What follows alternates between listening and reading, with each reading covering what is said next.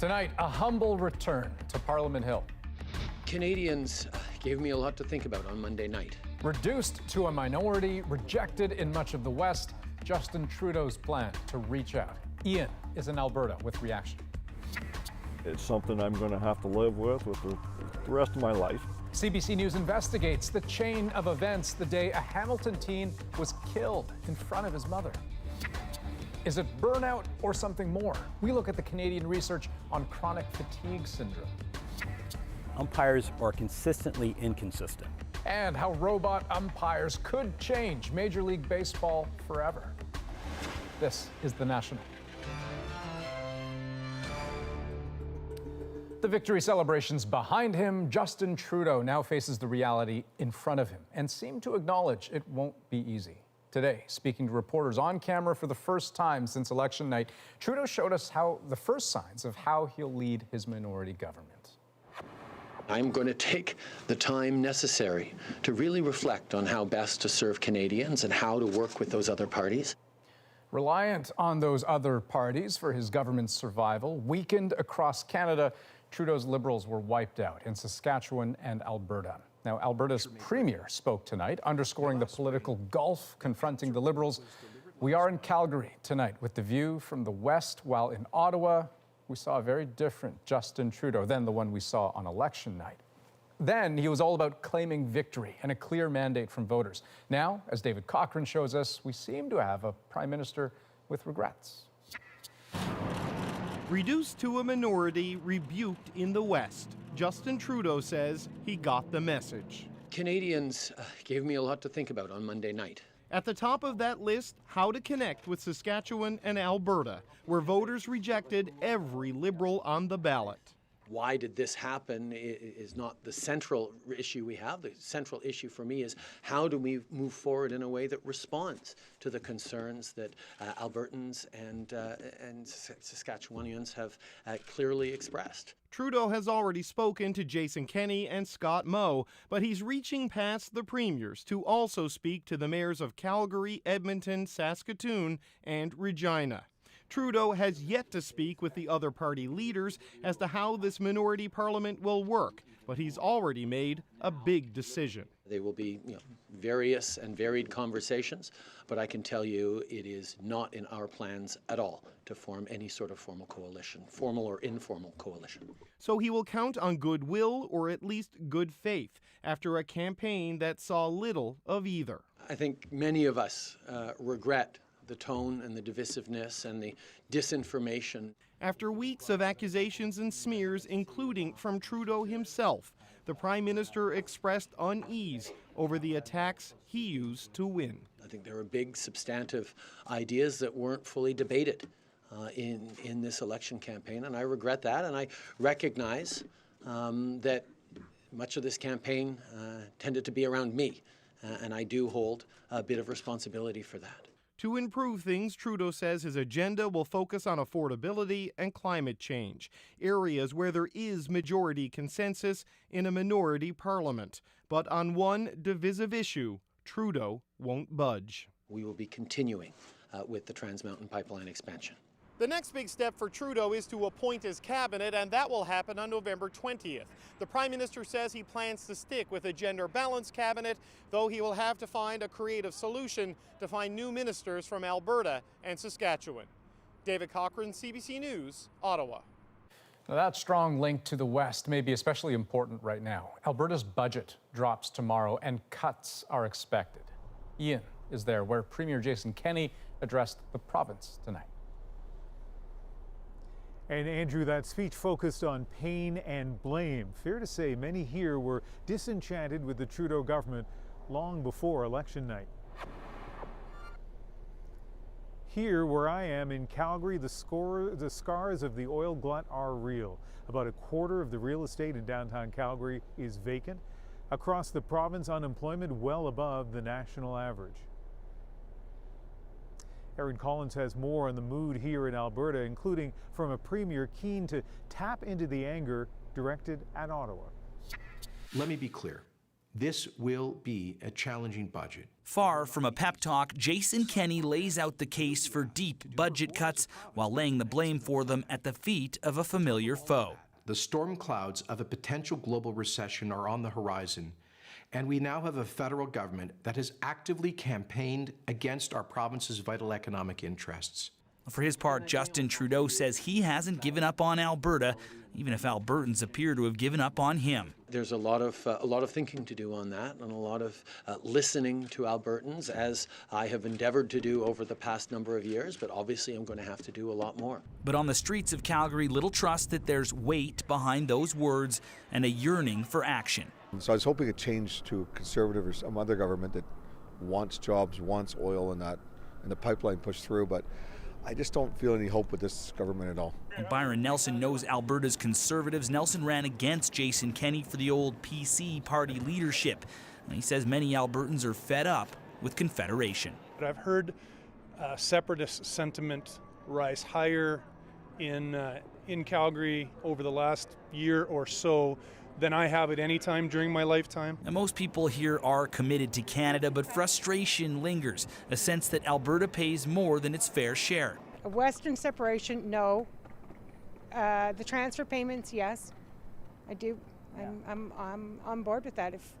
If you think our oil's dirty, then don't take our money. Kenney's speech tonight focused on tomorrow's provincial budget, but that didn't stop the Premier from taking a parting shot at Justin Trudeau. Given the government that we're facing in Ottawa now, we must be self-reliant to protect our future.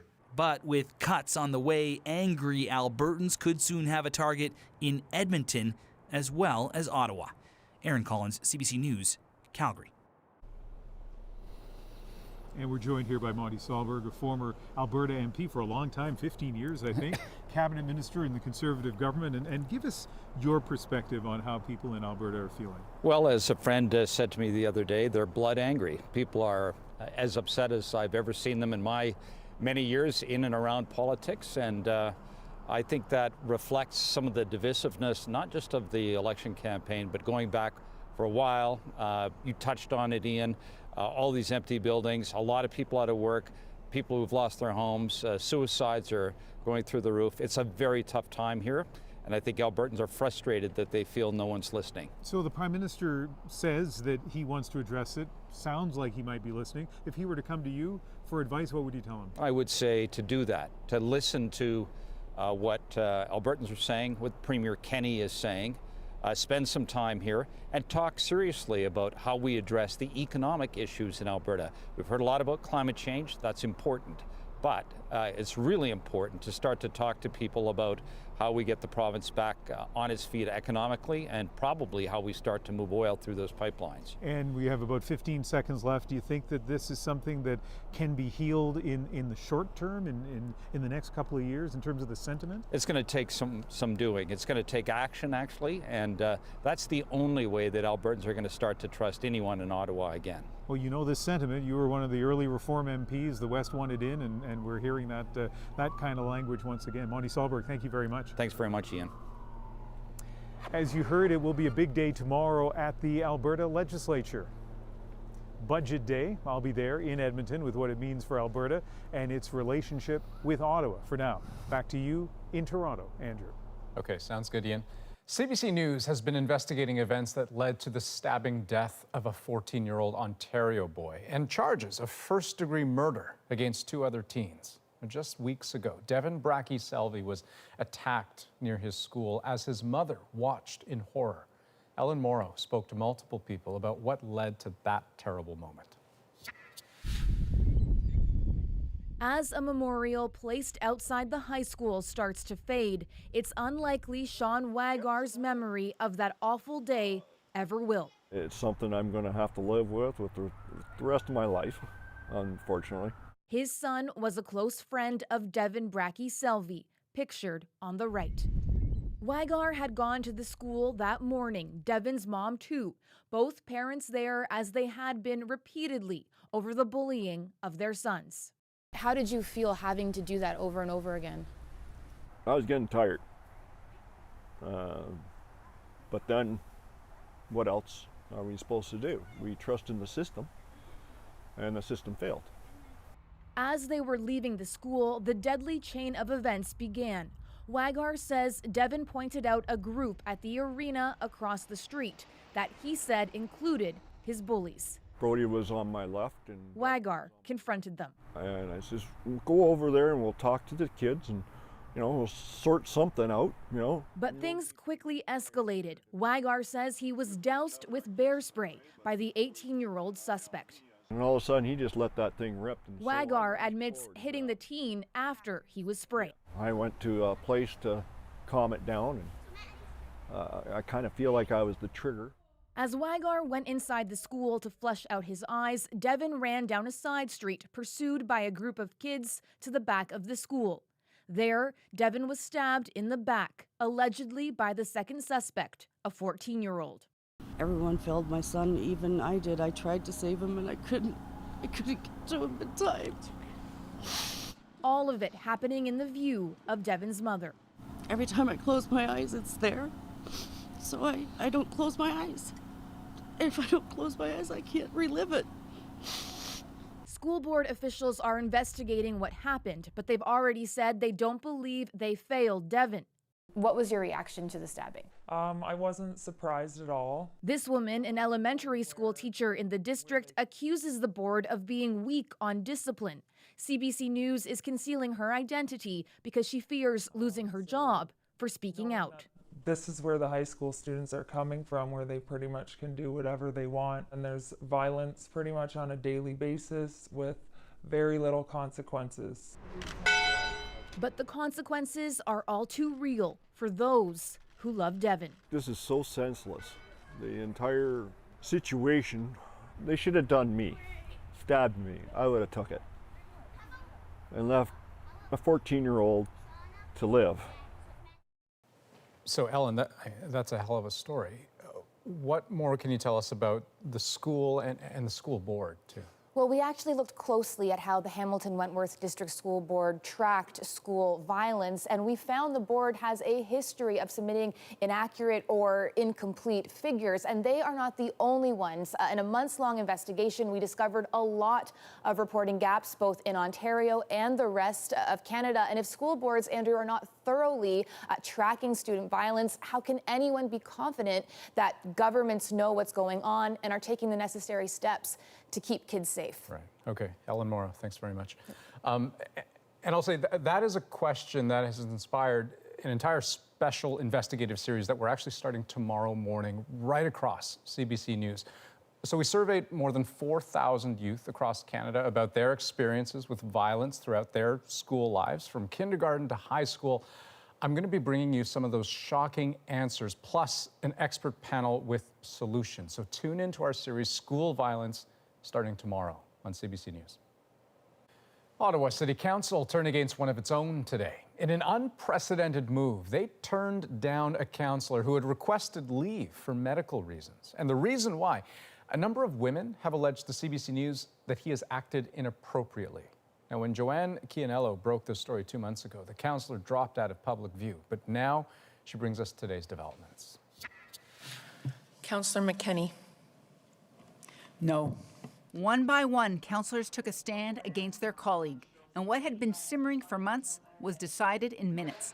Councillor Rick Shirelli losing his bid for a leave of absence, an unheard of decision at City Hall. As you saw today, there was precious little support for Councillor Shirelli, and I think as more allegations come forward, it becomes more disgusting and very upsetting as to what was going on in his office. City Council voted shortly after CBC News reported new allegations dating back 3 years. Brittany Lees is the 13th woman to describe inappropriate behavior from Shirelli. Like others, she says her former employer asked her to wear revealing clothing and took her to bars to recruit so-called volunteers. We left, we drove around Montreal, and then he pulled out a little red dress and said, "You need to go and get some volunteers at this club." Lees quit after 18 months, but she says Shirelli called her this summer to ask her if she'd come back. In the brief conversation, she mentioned she'd lost weight. He was like, "That's good. Can you still wear the clothes? And did you lose your boobs?" In a statement, Shirelli denied all allegations, saying he's never treated anyone in an inappropriate manner. and that he's the target of an orchestrated political strategy. He also protested that some of his accusers were allowed to stay anonymous. Victoria Lauber says Shirelli asked her to wear a see-through shirt without a bra. You can't make that stuff up. You can't. And to say that it's anonymous, hi, my name's Victoria. I'm not anonymous. Sorry. Now that his leave has been denied, Shirelli will have to return to council before the end of November, or his seat will be declared vacant. Joanne Chianello, CBC News, Ottawa. To the UK now, and the story of a perilous journey with a terrible end east of the British capital. 39 people were found dead in a tractor trailer, almost certainly human trafficking victims. And as Renee Filipponi tells us, their final hours would have been cramped, cold, and desperate. An industrial park an hour east of London became a gruesome crime scene. Inside this container truck, the bodies of 38 adults and one teenager. This matter has attracted national and international interest, and it's absolutely imperative that the operation is conducted with the utmost respect for the 39 people who've lost their lives. For truckers who come here every day, it was difficult to comprehend. It's horrible. It's just quite difficult to believe, as that's happening quite close to the place where you're working. Tragic, absolutely terrible, yeah. It's such a shame. Obviously trying to get over here for a better life. The cargo trailer arrived in Britain on a ferry from Belgium. It was collected by a driver early this morning at a port on the River Thames. Not long after, surveillance video shows it pulling into the industrial park. The driver has been arrested on suspicion of murder. Local media identified him as Mo Robinson from Northern Ireland. This is an unimaginable tragedy and truly heartbreaking. I know that the thoughts and prayers of all members are with those who lost their lives and their loved ones. These smaller ports are becoming increasingly popular with criminals, smuggling migrants from mainland Europe and beyond. 5 years ago, not far from this crime scene, police opened a container with dozens of migrants. One man died. And many today recalled nearly 20 years ago when 58 Chinese migrants died in a similar way. In late afternoon, the truck, almost like a hearse, took the 39 bodies to a secure location as they try and figure out who the victims are. Police say this will be a difficult investigation involving many jurisdictions, and it could take a long time to find out how 39 people ended up dead in a truck here. Renee Filipponi, CBC News, Grays, Essex. We have more news ahead on The National, including the unlikely protest anthem in Lebanon and an emotional moment of neighborly sacrifice in the fields of Saskatchewan. And we're watching more drama in Washington today. A chaotic scene as Republican lawmakers stormed an impeachment inquiry. We'll take you there right after this. We're back in 2 minutes.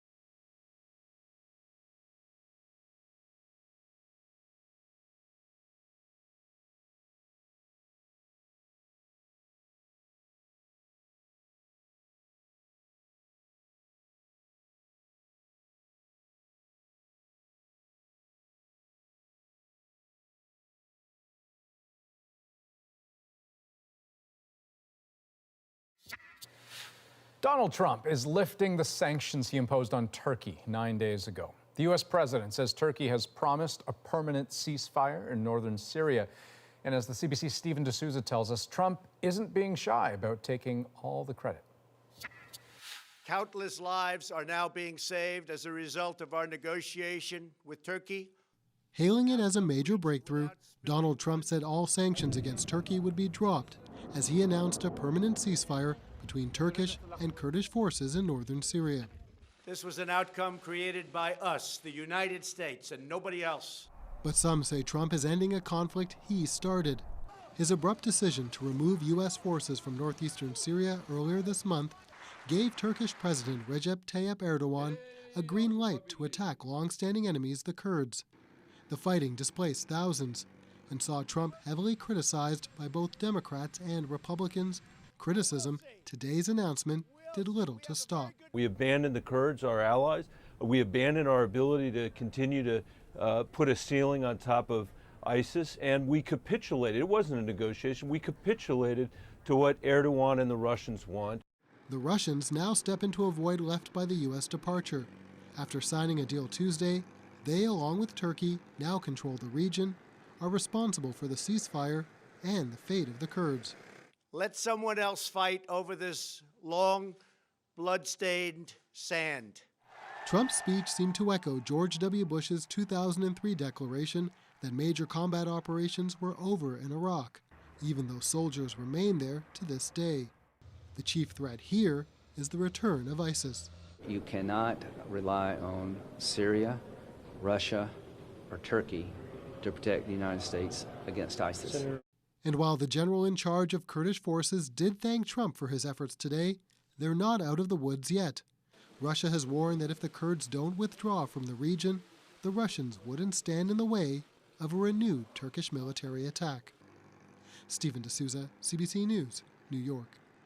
Okay, now let's get to Ian in Calgary. He's watching developing stories for us, including a chaotic scene in Washington today. Well, Andrew, in a dramatic confrontation, a group of more than 24 Republicans stormed the hearing room being used in the impeachment inquiry against Donald Trump. Let's see if we can get in. At one point, Republicans threatened to take video and pictures of the hearings, which are being held behind closed doors. They ultimately delayed testimony by a key Pentagon witness for about 4 hours. The impeachment inquiry is focused on the president's request for Ukraine to investigate former Vice President Joe Biden.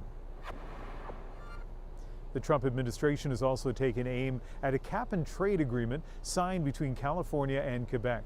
A shared carbon market program was established in 2013, allowing for the purchase and sale of greenhouse gas emission credits. The U.S. government is now accusing California of overreaching, claiming the deal amounts to a foreign treaty. Quebec says that even if California leaves, the market will carry on, saying other states are interested in joining. And a somber memorial was held in Nova Scotia today to mark 50 years since a tragic explosion on HMCS Kootenay. This is painful still to talk about it 50 years later. It is. Hundreds gathered in Halifax to commemorate the 9 men killed. 53 others were injured during the naval exercise off the coast of England. It's the Royal Canadian Navy's worst peacetime disaster. We'll be back from Calgary later in the hour with more developing stories, including tough questions for Facebook's Mark Zuckerberg. That's in 20 minutes. For now, back to Toronto. And still ahead on The National, a story that's a real game changer, literally. Certain pitches they get wrong almost 30% of the time. The highs and lows of putting a robot behind the plate, sort of. We're going in depth next.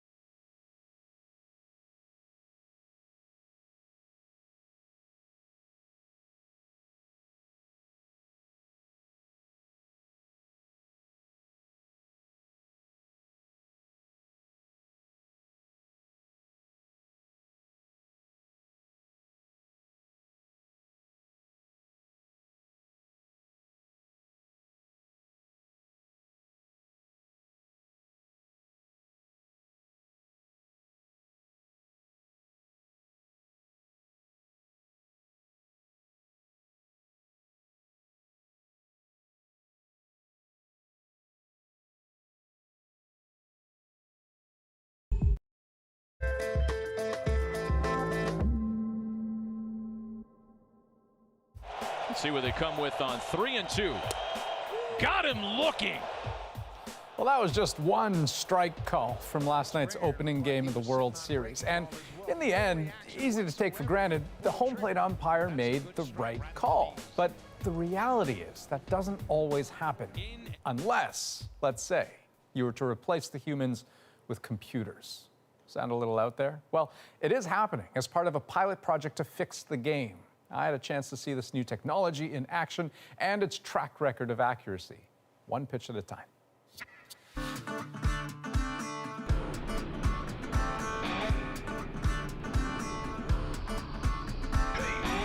A historic day here with TrackMan being implemented here at New Britain Stadium. A lot of out-of-town markets are here. CBC is here, out of Canada. The New York Times is here. All here to see this guy, the umpire, the masked man behind the plate. There's a saying in baseball, the best umpire is the one you never notice. Except today, all eyes are on Tim Rosso.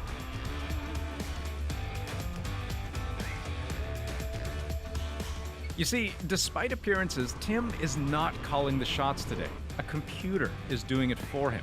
It's called TrackMan, and as you'll hear from the league's commissioner, Rick White, it's pretty precise. TrackMan itself uses a Doppler radar system where they have 3 lasers fixed on a point, in this case it's home plate. As a ball crosses the plate, that communication then transmits to the umpire on the field where he hears the word strike or the word ball, and then he signals that. It delivers a standardized product, and the consistency from umpire to umpire, day to day, inning to inning, is something that really does need improvement. Called strike 3. It's botched calls like this TrackMan is trying to prevent. Take a look at that pitch again.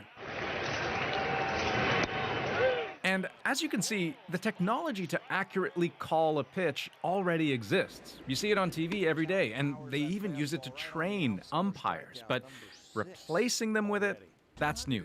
And according to Mark Williams, sorely needed. He's a professor at Boston University with a keen interest in baseball. How consistent are umpires? Well, it's interesting. Looking at the data, we looked at over 4 million pitches over 11 seasons, starting in 2008 through 2018. And what we found is umpires are consistently inconsistent. Here's what he's talking about. Data direct from Major League Baseball. And you can see how detailed it is. On this day, this pitcher threw a sinker in the bottom of the first, and the umpire called it a strike. He was wrong. In general, umpires get it wrong almost 10% of the time. That's all pitches. But certain pitches they get wrong almost 30% of the time. And that's across all umpires in Major League Baseball. So this isn't just 1, 2, or 10 umpires. This is actually 76 umpires. To understand why they're getting it so wrong, consider the strike zone. So I'm at bat. For a pitch to be a strike, the ball has to cross home plate and come roughly between my knees and my chest. If it's a human umpire watching, that's a judgment call. Why are those calls so hard to make? Well, I think it's obstructed, right? So we have the catcher and we have the umpire behind, we have the batter like yourself. So it's hard to actually see all of the plate. So that's number one. And I think two is some umpires just do a better job of anticipating where the ball is going to move and get into the plate. You know, my argument is not to, fire the umps and hire the technology. It's really to use the technology so umpires can make better decisions. Okay, so we wanted to give you a sense of what the TrackMan system actually sounds like, what the umpire is hearing. But the thing is, it's so proprietary that Major League Baseball actually stepped in at the last second to tell us, no, you can't record that. They did let us listen to it live, though. And so I can tell you what's striking about it is how quickly the computer can make the call. Watch this. Ball. It's actually that fast. We could have put 2 lights out in center field and had a red light come up when it was a ball and a green light come up when it was a strike. But we felt that took some of the focus and control of the game out of the umpire's hands. So what role does the umpire still have? Well, technically, the umpire is allowed to overrule the system, but even then, only in a really egregious case, like if the ball hits the dirt before crossing home plate. Otherwise, even borderline calls, the umpire is supposed to defer to the computer. And if you ask players, like starting pitcher Devin Burke, that's not a good thing. He wants the umpire to be part of the game. For example, to be able to reward a pitcher with a strike, even if it's a borderline ball. If you can show you an umpire you can consistently hit a spot, they usually give it to you, 9 times out of 10. But if you consistently hit a spot that's outside the zone now, you're walking guys. It's going to be it's a love-hate relationship probably going forward, honestly. And if you want to talk about love-hate relationships, just talk to the fans. You're doubtful. I am doubtful, very much so. I like the old system. I'll tell you that again. I was happy the way the old system worked. Even if there were disagreements on the field? field? Oh, absolutely. I like the disagreement once in a while. So when you're watching baseball, myself, I really get into it. So I yell at the umpires, I yell at the players, and I feel like I lost that one part where I can't yell at the umpire anymore. Because he's right all the time. Because no matter what, he's right. I've been umpiring for 13 years, and this is the first time that I've had to listen to a machine, tell me what to call. Remember Tim Rosso, the umpire? Well, we got to speak with him after his very first TrackMan game, and you can tell he's a bit conflicted. He wants to believe the computer can help him, but... Was it always accurate? For the most part. You hesitated there. Yeah, for the most part. I feel like there was a few pitches. Like you actually disagreed with the call? Yeah, I thought the first pitch in the bottom of the first to Bijan was on the outside corner. He takes the first pitch outside for ball 1. The Bees. So I don't think anything is ever going to be perfect. I feel like, baseball's an imperfect game, and if you put science into it to try to make it perfect, I don't think that there'll ever be a finish line, Let me put it a different way. There can only be one best umpire, right? There can only be one worst, and there's everybody in between. And the best umpire at calling balls and strikes now has been joined, in our case, by 80 other umpires who are also calling accurate balls and strikes. So does it take the game out of their hands? Yes, but I wouldn't say that the game ever should have been in their hands. Now, bear in mind, this is just a pilot project. There's no timeline for Major League Baseball to actually adopt this at all. But most people seem to think it's inevitable. Coming soon, just a question of when. I didn't know if they started it already. Right, not in the major leagues. That's what I'm talking about. Yeah, no, not in the major leagues. That's right. When they're going to start in Boston. Yeah, well, they'll see how this goes. goes. Okay, we'll see how this goes. But you're doubtful. Now, if you're wondering how the rest of the season has gone since, Major League Baseball will present its results tomorrow when the Atlantic League of Professional Baseball has its board meeting. And just wait until next season when they plan to move the pitcher's mound farther back, all part of yet another experiment. Okay, still ahead on The National, an inside look at the Canadian research helping 500,000 Canadians suffering from what's commonly known as chronic fatigue. That's next.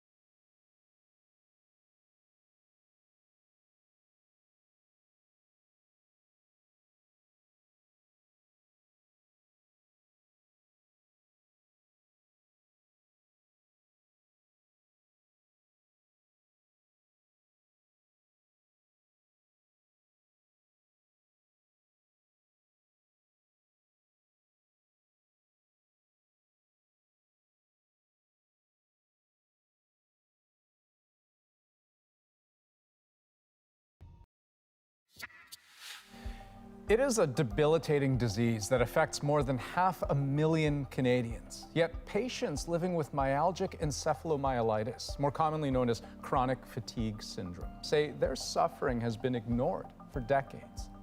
Until now. As health reporter Vic Adopia explains, research on diagnosing and ultimately treating the disease is finally underway in Canada. Rest your arm. Researchers are trying to find out why Marie-Josée Ménard is sick. Routine medical tests suggest she's fine, but she's not. Awful. Awful. There were days I could barely get my arms up to drive. The Montreal mom and teacher suddenly started feeling this way a decade ago. It took years before she was finally diagnosed with ME, myalgic encephalomyelitis. At first, the crushing fatigue and near paralysis was diagnosed as depression. That's common for people with ME. It was in my head. People around me were just telling me, just get on with it. Oh, you're just tired. Everybody gets tired. Chronic fatigue syndrome, or myalgic encephalomyelitis, was first identified in the 1980s. The prescribed treatment at the time was psychotherapy and exercise. It's an approach that has been long discredited, yet the idea that it is somehow a psychological illness persists, setting back research and recognition. Alain Moreau leads a network of ME researchers, created only recently after getting a research grant from the same federal agency which actually rejected his application a few years back after saying ME was not a disease, even though it's recognized by the World Health Organization and the U.S. Centers for Disease Control. Moreau relies on 200 patient volunteers for his research. Some can barely move.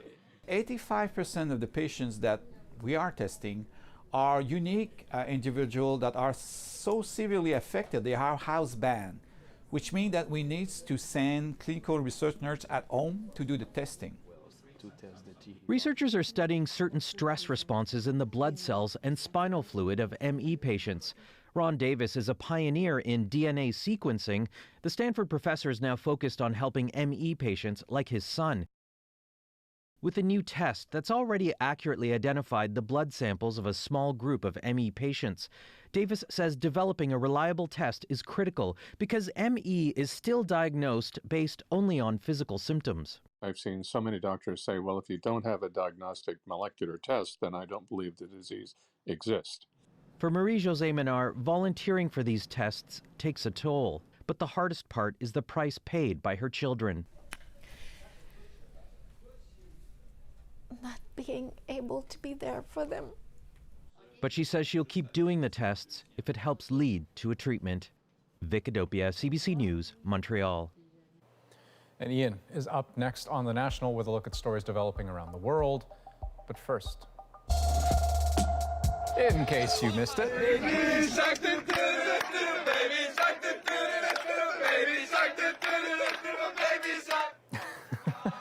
another rendition of Baby Shark goes viral, but this time in Lebanon. Now, here's the story. For about a week now, the streets of Beirut have been packed with anti-government protesters who are angry over a struggling economy, crumbling infrastructure, and widespread corruption.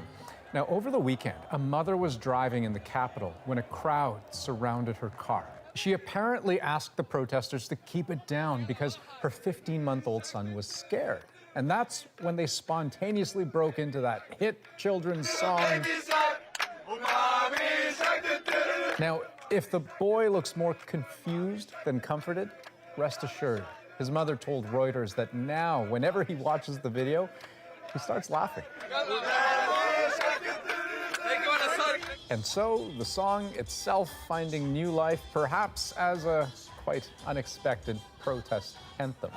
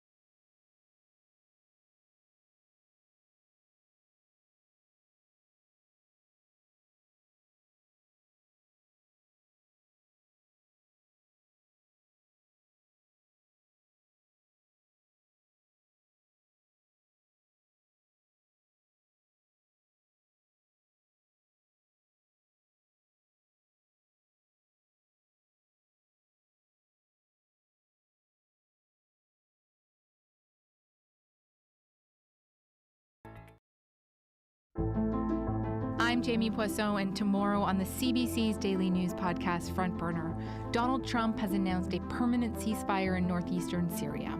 But a lot of people are saying it's not a stable peace. Subscribe wherever you get your podcasts. Welcome back to Calgary. We're watching developing stories around the world, including authorities in Hong Kong formally scrapping the extradition bill that sparked months of angry demonstrations.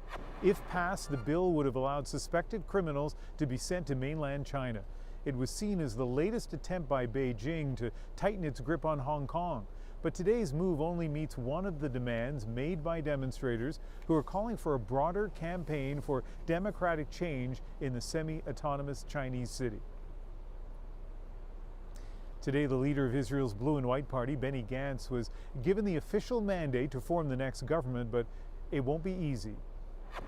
With today's mandate, Gantz will have 28 days to build a ruling coalition. Failure could lead to a new election, a third in just 1 year.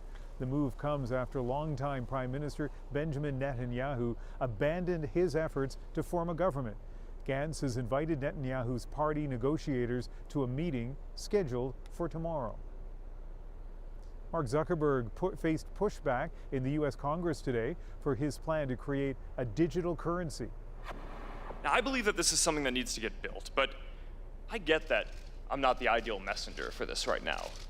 The Facebook CEO says the currency called Libra could help more people participate in the global financial system. Libra has faced criticism from lawmakers, saying it could help money launderers and destabilize the global financial system. Partners including MasterCard, Visa, PayPal, and eBay have all abandoned the project. And California has begun another round of planned blackouts. In total, these shutoffs will affect about 179,000 customers and touch portions of 17 counties. Hot weather and strong winds have heightened concerns of wildfires in the state. Officials say an additional 300,000 customers in Southern California could also face blackouts in the coming days. This follows rolling blackouts earlier this month that affected more than 2 million people and shut down schools and businesses across the state. Next, on The National, all through the election campaign, we followed undecided Canadians from a generation of voters, millennials. So, now that it's all said and done, how did they vote? And how do they feel about the outcome? Their final check-in is next.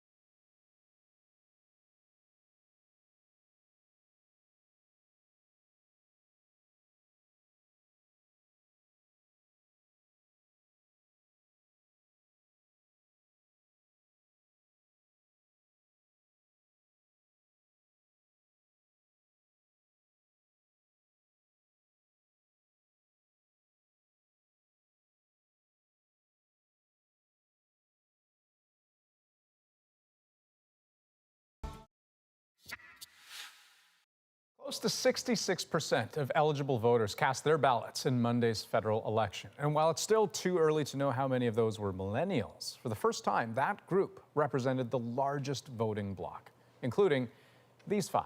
When we first introduced them to you, they were undecided. We watched them weigh their options over the past 6 weeks. And tonight, we wanted to check in with them one last time after the vote. In terms of the election results, they were a bit of a mixed bag for me. I was kind of expecting the outcome that we've seen. So I'm very happy that Justin Trudeau is our new Prime Minister. As you all know by now, I am not a Trudeau fan. I'm really surprised that Canadians decided to put him in for another 4 years. Our system maybe needs a little bit of work when popular vote doesn't quite equate anywhere near to the outcome. Hi, my name is Emily. Hi, I'm Christian Hebert. Hi, my name is Saba Chaudhry. Hi, my name is Petros. Hello, my name is Katie Baudouin. And I voted for the NDP. And I voted for Adam Vaughan from the Liberal Party. I voted Conservative. I'm glad that in this minority government, the Conservatives do have a higher seat count this time, so I think we'll have more of a voice there. I'm not a fan of minority governments. I don't believe that they can get as much done, and it causes them to have to collaborate a whole bunch more. I didn't think that the Bloc Québécois would have increased its influence in Quebec to this extent. And I think this is going to be really interesting in terms of the dynamics we'll see in the new government. It feels pretty good to know that Maxime Bernier and his party were electorally crushed in the results as well, and that there was a resounding rejection of his ideology. I'm a little surprised with the results. I think that what we're seeing is that our country is far more fragmented than we realize. On the one hand, it was surprising to see how many seats the Conservatives gained nationally. And you really get a sense that there's a regional divide in this country. So I actually think that Justin Trudeau has his work cut out for him. I hope he really looks long and hard at Saskatchewan and Alberta. Those 2 provinces are extremely important to Canada, and it seems like the leaders constantly just focus on the east. So it'll be really interesting to see how the Liberals focus on Saskatchewan and Alberta and try to really repair the divisiveness of this campaign. Although it's a very divided parliament, I really see this as an opportunity for cooperation, and I really hope that the other parties will see that as well. It's also going to be interesting and a bit exciting to see how these leaders who've been dueling it out for the past 40 days all of a sudden making amends and playing nice with one another. I definitely see an alliance in the future between the Liberal Party and the NDP. So my biggest hope for this new government is that they truly move forward with their climate action plan. My hopes for this new government is that we're going to tackle inequality, we're going to tackle climate change, and we're ultimately going to make Canada a more just and equitable country. And what am I most excited about? I honestly can't say much. With a minority government, it feels, in most cases, that we're just looking towards an election again in 18 to 24 months. My hope is that when they are discussing, when they are compromising, their focus is on what is best for Canadian citizens. Canada's pretty good, as it is. We definitely have improvements that we need to make, but I think it's good if we take these steps slowly. Okay, and next on The National, he left behind a wife, 4 boys, and an unharvested field. The emotional story of how neighbors came together after one farmer's untimely death, it's a moment you will not want to miss.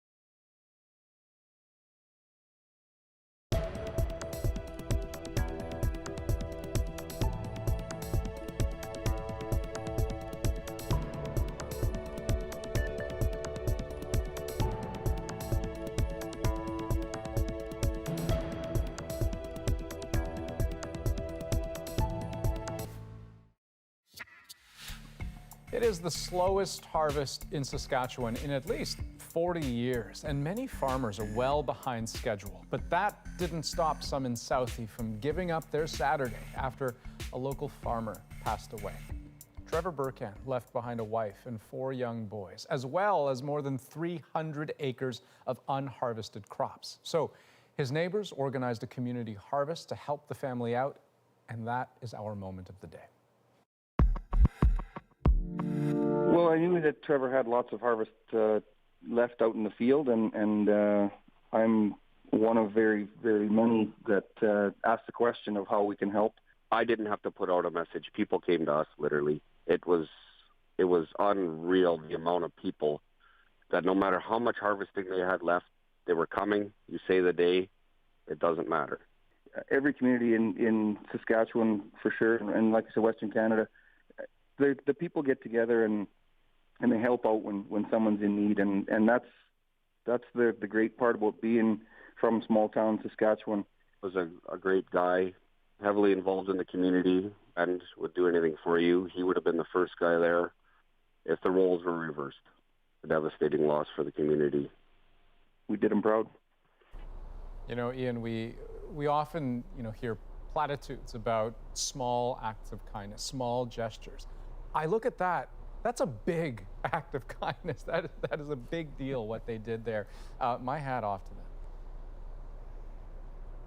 You know, we've been doing the moment now for about 2 years, almost 2 years, and this is exactly what it's built for. To acknowledge what, as you point out, is a big act of kindness, a Canadian act of kindness, to give those people a little bit of credit, but also, I'll bet, inspire a lot of people who are watching as well. Yeah, no, for sure, that's something. That's the National for this Wednesday, October 23rd. Have a good night. Good night.